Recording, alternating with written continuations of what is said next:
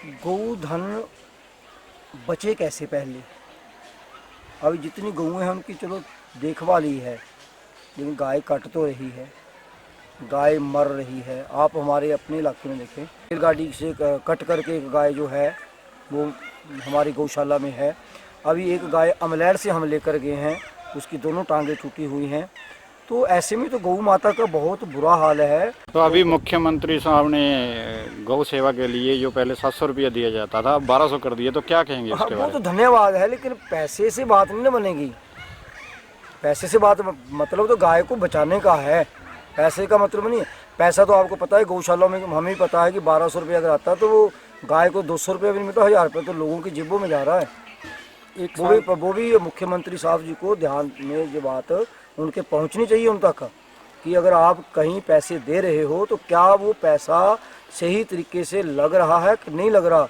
अगर 2 ट्राली तूड़ी की हैं तो वहाँ के जो कमेटी मेंबर वो 2 की 5 लिखते हैं, खाती 2 हैं तो कागजों में 5 जाती हैं। तो ये बड़ा चक्कर है। ऐसा भी माना जा रहा है भी शायद गौ गौ के सेवा के नाम पर धांधली हो रही है आपके बिल्कुल यहाँ। हो रही है, बिल्कुल। हमें बनाओ ना गौ माता का, मैं देखता हूँ कहाँ कैश पैसा आता है, मैं बताऊँगा कहाँ का कैसे कैसे लगते हैं तो पैसे ऐसे। ये जो गगरेट विधानसभा क्षेत्र में विभिन्न विभिन्न जगहों पर अलग अलग गौशाला खोली गई हैं, वो सिर्फ नाम नहीं मात्र नहीं की। नहीं नहीं, वो आप देख लो जाकर। मैं किसी के लिए बोलूँगा नहीं, लेकिन ऐसे थोड़ी होगा जी। ये तो हमें पता क्या हो रहा है। गौशाला चलाने को बच्चों को खेल नहीं है। तो आपके पास लगभग 200 गाय के करीब है, बिल्कुल मैंने बिल्कुल देखा हुआ है। बिल्कुल तो बिल्कुल। आप क्या कहेंगे?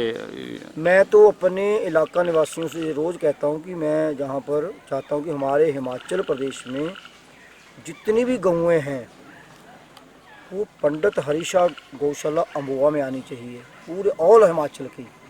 मैं लगभग 1 लाख गौ माता को रखना चाहता हूँ, ये मेरा संकल्प है।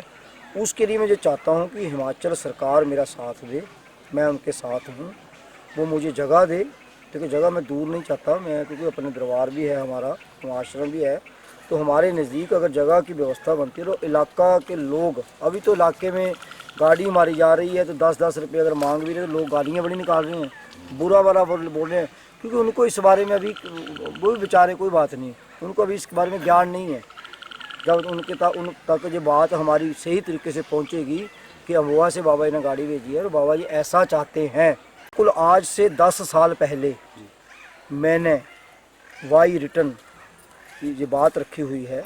मैंने जो भी मेरे पास कोई इलेक्शन के समय कोई मंत्री आता है, कोई भी बोलने आता है कि महाराज हम खड़े हो रहे हैं या हमें वोट चाहिए, तो मैं पहली बात यही रखता हूँ कि हमें एम्बुलेंस दो, ठीक है।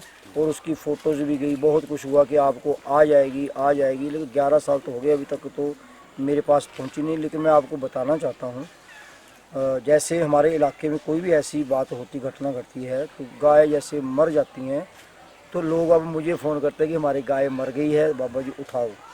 तो कोई बात नहीं, गाय के लिए मैं करने को तैयार हूँ। लेकिन जब गाड़ी हम लेकर जाते हैं उसके लिए पहले हमें 10 लोगों का इंतजाम करना पड़ता है, तो गाय ऐसे तो उठती नहीं है। तो उसके लिए मैंने सरकार से भी कई बार कहा है कि आप, और एम्बुलेंस आ जाएगी तो वो मेरे लिए खुद, वो सारे इलाके के लिए होगी ना। हम ड्राइवर रखेंगे, जो भी यहाँ ऐसा होगा तो हम गाड़ी तुरंत उस वक्त गाड़ी जो है वो भेजने की व्यवस्था। आप देखो ना, आप ये देखो हमारे हिमाचल के 12 ज़िले हैं, तो क्या इतनी बड़ी हिमाचल की सरकार है हमारी, क्या उनके पास 12 एम्बुलेंस नहीं हो सकती?